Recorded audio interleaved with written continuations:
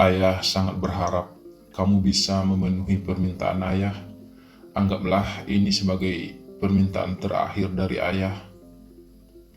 Suara itu terdengar lemah di telinga Ine. Ia menatap laki-laki tua itu dengan perasaan iba. Ayahnya sudah lebih dari 2 bulan terbaring sakit. Selama 2 bulan ini, Ine dan ibunya berusaha merawat sang ayah dengan baik. Sudah banyak pihak keluarga dan juga para tetangga yang menyarankan untuk membawa ayahnya ke rumah sakit. Namun Ine dan ibunya tidak punya uang yang cukup untuk membawa sang ayah ke rumah sakit. Biaya berobat ke rumah sakit tentunya sangatlah mahal. Sementara mereka hanyalah keluarga miskin yang tidak punya apa-apa. Ayahnya selama ini hanya bekerja sebagai buruh bangunan, sementara sang ibu bekerja sebagai buruh cuci. Mereka hidup di sebuah desa yang sangat jauh dari kota. Untuk biaya hidup saja, terkadang mereka harus meminjam uang dari para tetangga. Tentu saja kehidupan seperti itu sangat berat mereka jalani. Ditambah lagi, kedua adik ini masih kecil-kecil dan masih sekolah. Tentunya biaya hidup mereka sangat besar dibandingkan dengan penghasilan yang mereka dapat selama ini. Apalagi sekarang, sang ayah menderita sakit gagal ginjal yang seharusnya dirawat di rumah sakit dan harus dioperasi.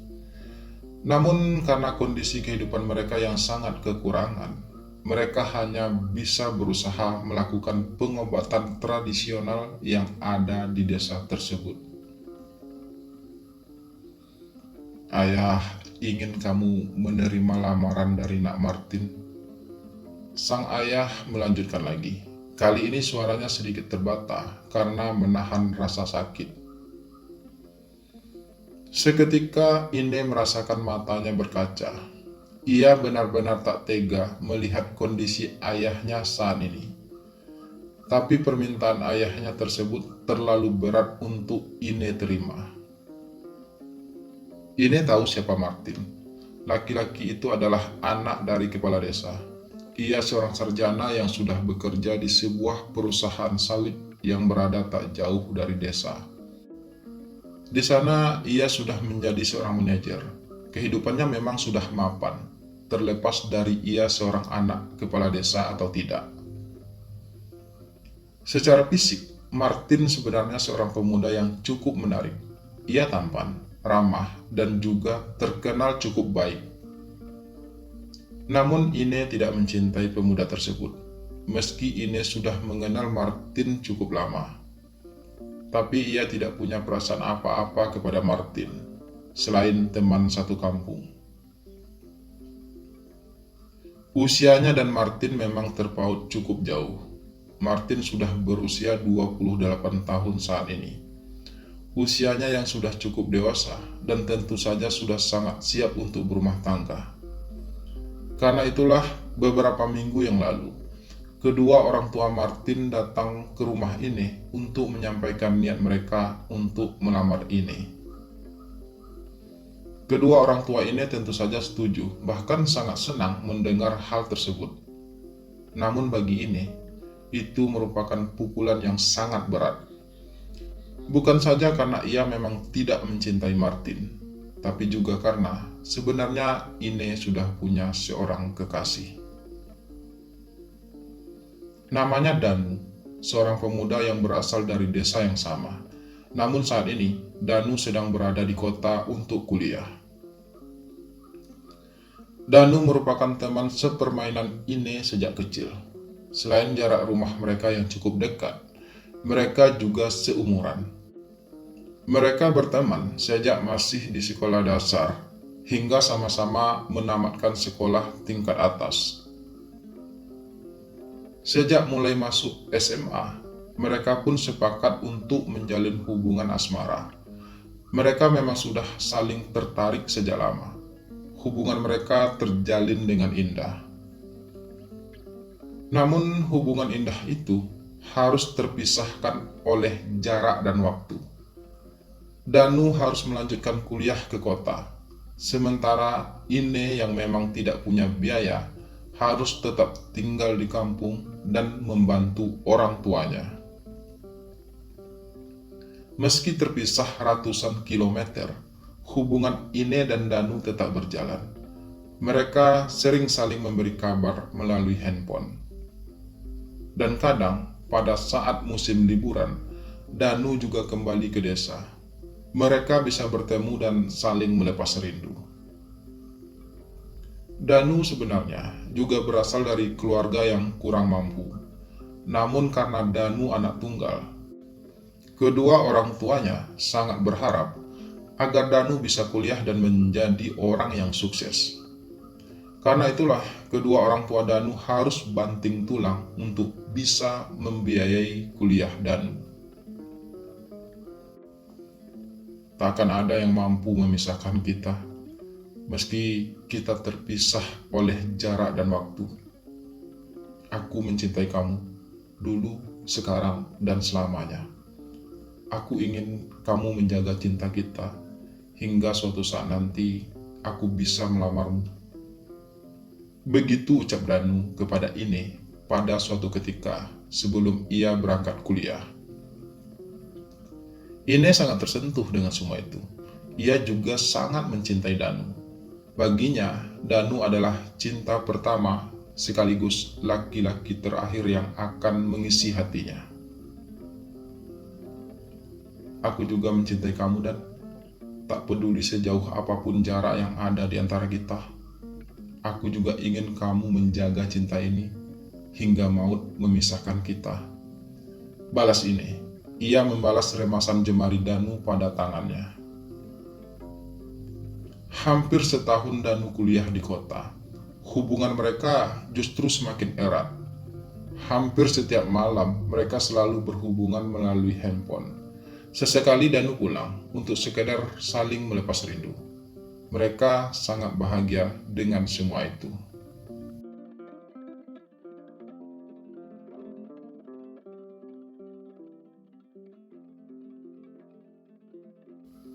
Ine masih terdiam mendengar penuturan sang ayah yang masih saja menunggu jawabannya. Ayah tahu ini berat buat kamu, tapi Martin pemuda yang baik, masa depannya jelas, kehidupannya juga sudah mapan. Kamu juga harus memikirkan adik-adikmu. Mereka butuh kehidupan yang lebih baik. Sang ayah berujar lagi, sambil menyentuh dengan lembut tangan sang anak. Ine tak mampu lagi menahan air matanya. Perlahan air mata itu pun jatuh membasahi pipinya. Tak tahan dengan perasaannya sendiri, Ine pun berdiri dan berlari menuju kamarnya. Tangisnya pun tumpah. Ia terisak. Air matanya tak bisa lagi ia bendung. Ia tumpahkan segala kepedihannya dengan tangisan pilu. Hatinya terasa teriris. Betapa begitu sulit baginya semua itu. Biar bagaimanapun, ia sangat mencintai Danu. Namun, ia juga tidak mungkin menolak permintaan sang ayah saat ini. Dari pintu masuk, sang ibu berjalan mendekati gadis itu. Ia duduk di sampingnya dan membelai rambut Ine dengan lembut. Ine masih belum pengen nikah, Bu. Suara Ine terbata di tengah isanya. Ibu ngerti, Nek. Tapi apa kamu tega menolak keinginan ayahmu? Apa kamu tega membuat ia semakin menderita? Ucap sang ibu, sambil terus membelai rambut hitam panjang itu. Tapi Ine tidak mencintai Mas Martin, Bu. Suara Ine masih terisak. Tapi kamu sayang kan sama ayah kamu, sama ibu? Ucapan sang ibu membuat Ine semakin terisak pilu. Hatinya kian perih. Sungguh sebuah pilihan yang teramat sulit baginya. Antara memenuhi keinginan orang tuanya, yang tentu saja ia harus mengorbankan cinta sucinya, atau ia harus berjuang demi cintanya, dan tentu saja ia harus melukai hati kedua orang tuanya. Ine meringis sakit mengingat semua itu.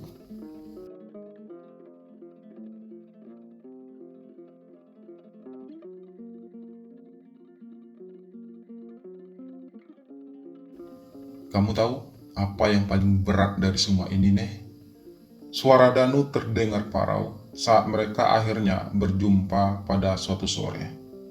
Setelah dengan terbata, Ine menceritakan semua kejadian yang menimpanya dan tentang perjodohannya dengan Martin kepada Danu melalui telepon genggamnya. Danu pun buru-buru pulang mendengar semua itu. Ia meminta Ine untuk menemuinya di tempat biasa mereka bertemu, di sebuah pondok kecil di tepi sawah yang membentang luas di ujung desa. Ine tak kuasa menahan tangis ketika menyampaikan semua itu kepada Danu. Air matanya tak kunjung berhenti, sampai Danu berusaha menenangkannya. Danu sendiri sebenarnya sangat terpukul mendengarkannya. Namun sebagai laki-laki, tentu saja ia berusaha untuk tetap tegar, meski air mata mengenang di sudut matanya yang sendu. Ine masih terisak dan tak berkeinginan untuk menjawab pertanyaan Danu barusan. Sekali lagi, Danu menghempaskan napas. Kemudian ia berujar lagi. Saat ini, aku sedang berjuang untuk membangun masa depan kita berdua. Namun justru saat aku sedang berjuang, sebelah sayap saya seakan patah. Aku seakan tak punya kekuatan lagi untuk tetap berjuang. Aku merasa rapuh saat satu-satunya alasanku untuk berjuang justru harus terlepas. Suara Danu semakin lirih. Maafkan aku, Dan. Aku benar-benar tak berdaya. Aku tak bisa lagi menolak satu-satunya keinginan dari orang tuaku saat ini. Suara Ine parau. Ia berusaha menahan semua gejolak di hatinya. Kamu gak salah, Neh. Kamu hanyalah korban. Korban dari sebuah ketidakadilan hidup. Dan aku tak berdaya untuk menyelamatkanmu dari semua ketidakadilan itu. Danu membersit hidungnya yang tiba-tiba berair. Matanya kian berkaca. Hatinya meringis pilu. Mungkin memang sudah menjadi suratan untuk cinta kita. Harus berakhir dengan cara seperti ini. Kita tak harus menangisinya. Kita tak harus menyesalinya. Lanjut Danu lagi. Tapi aku sangat mencintai kamu, Dan aku tak bisa begitu saja melupakanmu. Isak Ine. Aku juga sangat mencintaimu. Aku juga tidak bisa begitu saja melepaskanmu. Tapi apa yang bisa kita lakukan untuk saat ini? Selain menerima semuanya sebagai sebuah takdir yang tak bisa kita elakkan. Balas Danu. Ine terisak kembali. Ia masih mengingat dengan jelas kejadian seminggu yang lalu. Saat sang ayah hampir sekarat karena penyakitnya. Ine merasa sang ayah sudah tidak bisa bertahan lagi. Di saat semua orang mulai terisak melihat kondisi ayahnya, tiba-tiba saja kedua orang tua Martin datang dan menawarkan untuk membawa ayahnya ke rumah sakit. Melihat kondisi sang ayah yang kian parah, tentu saja dengan sangat terpaksa, Ine menyetujui hal tersebut. Hari itu ayahnya segera dilarikan ke rumah sakit dan juga segera dioperasi. Segala biaya dari semua itu sudah ditanggung penuh oleh orang tua Martin. Ayahnya memang sudah berhasil pulih kembali, melewati masa kritisnya dan menjalani proses operasi dengan lancar. Namun tentu saja, semua itu ada konsekuensinya, terutama bagi Ine sendiri. Ia mau tidak mau harus menerima lamaran dari Martin dan keluarga. Ine tidak punya alasan apapun lagi untuk menolaknya. ia harus memenuhi permintaan orang tuanya.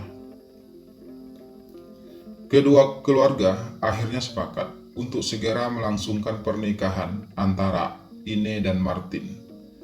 Setidaknya sampai sang ayah sudah mulai sembuh kembali. Pernikahan itu akan dilangsungkan minggu depan. Karena itu, Ine memutuskan untuk menceritakan semuanya kepada Danu. Ia tidak ingin Danu mengetahuinya dari orang lain. Ine tidak mau Danu menganggapnya sebagai pengkhianat dan perempuan yang tak setia. Ine harus jujur dan menjelaskan semuanya. Meski tentu saja hal itu terasa sangat berat dan begitu menyakitkan.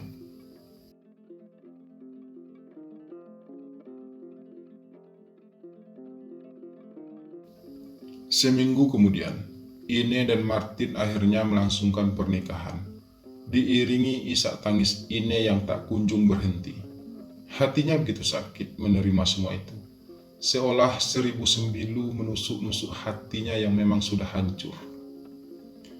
Sementara dari kejauhan, Danu menyaksikan pesta pernikahan itu dengan perasaan pilu. Luka di hatinya teramat parah dan perih. Bertahun-tahun ia menjalani cinta yang begitu indah bersama Ine. Bertahun-tahun ia berharap akan menjadi pendamping Ine selamanya. Namun sekarang, ia harus menyaksikan gadis yang ia cintai bersanding dengan laki-laki lain. Pesta pernikahan itu memang dilaksanakan dengan sangat sederhana. Namun tetap saja, hal itu mampu menghancurkan perasaan Danu, memporak-porandakan semua harapannya. Berkali-kali ia menyeka air matanya. Ia tak kuasa lagi menahan tangisnya. Di hadapan Ine, ia mungkin bisa berpura-pura tegar. Namun, ketika ia sendirian seperti saat ini, ia tak bisa lagi membendung kepedihannya. Hatinya terluka parah, dan tubuhnya terasa lemas tak berdaya. Tak sanggup menyaksikan semua itu, Danu akhirnya memutuskan untuk kembali ke kota. Ia pergi untuk membawa hatinya yang terluka. Semua harapannya seolah musnah, bersama cintanya yang tak bisa menyatu. Tak pernah terpikir olehnya, jika kisah cintanya yang indah harus berakhir dengan begitu menyakitkan. Berat bagi Danu harus melepaskan Ine, gadis yang sangat ia cintai itu. Kini semuanya hanya tinggal kenangan. Ine bukan lagi miliknya. Ine bukan lagi gadis yang selama ini selalu bisa menghiburnya dengan segala sikap manjanya.